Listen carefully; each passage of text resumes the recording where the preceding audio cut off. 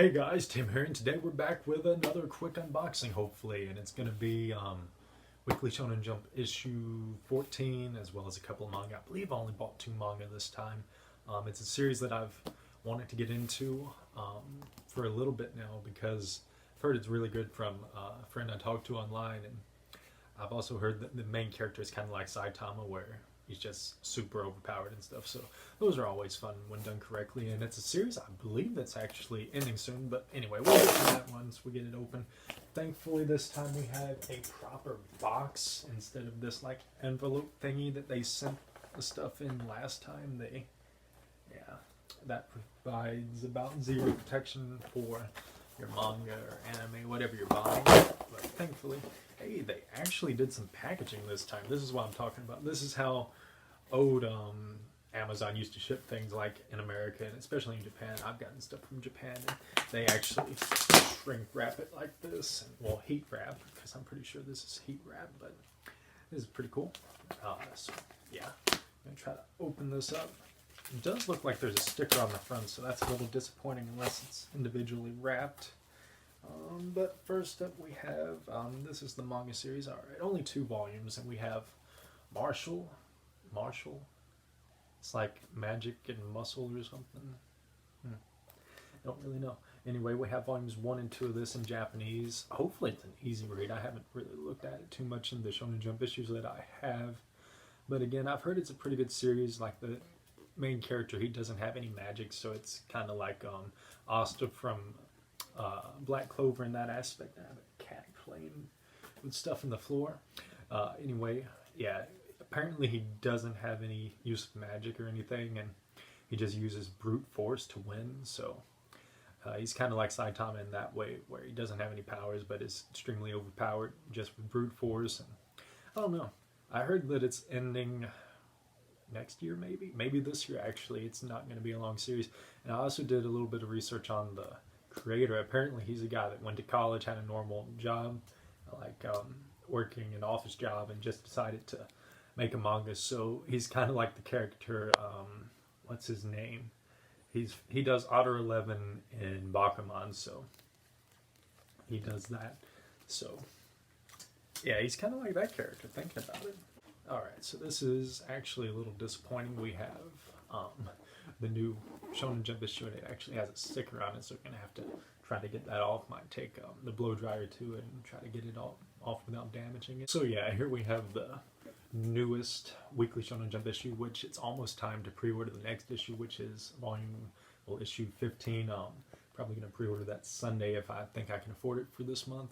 Unfortunately, it does have a little bit of a tear in the corner right there, but overall it's a pretty good condition issue. Anyone that's bought Weekly Shonen Jump, like even in Japan, like I always buy an issue every time I make a Japan visit.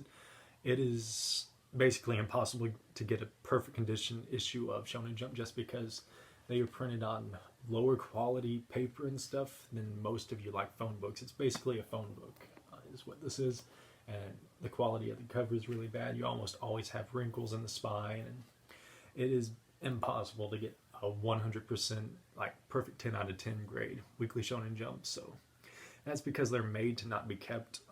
Not many people collect them. Like in Japan, very few people actually keep all their old issues. They're mainly just used to be read for that week and like put them out with the garbage for the next week. That's basically what most people do with them, and that's why the print quality is also really bad, especially whenever you have a lot of black on the. Here's some good examples. Well, anyone that's been reading manga a long time would remember, like back before like good scans would come up online, like in the early 2000s, basically whenever you was reading like weekly scans for like Bleach and stuff, it's like the scans was really low quality, the saturation was really bad to try to increase the quality, and just scans was bad back in the day. It was rough reading One Piece and Bleach and Naruto and everything way back in the earlier 2000s. And thankfully now we have better scans because everything's digital now, and Shueisha actually published things digitally, so we can actually get decent scans now for things like on the day they release. So yeah, anyway, this issue has a color for Witch Watch, which is another series that I do want to get into. I don't know if it's ending anytime soon, and this is also the issue with the final chapter of Dr. Stone, and it has like all the color pages that are pretty cool. Apparently Undead Unlock is another series that has color cover on this one, so that's actually really cool. Try to get that on there. Yeah, if this was me from the years about 2009, 2010 up until about 2013, I would already know about all of these series and be caught up with them, and would have been knowing about them before they even got animes and stuff like that. But I know about them before they was popular.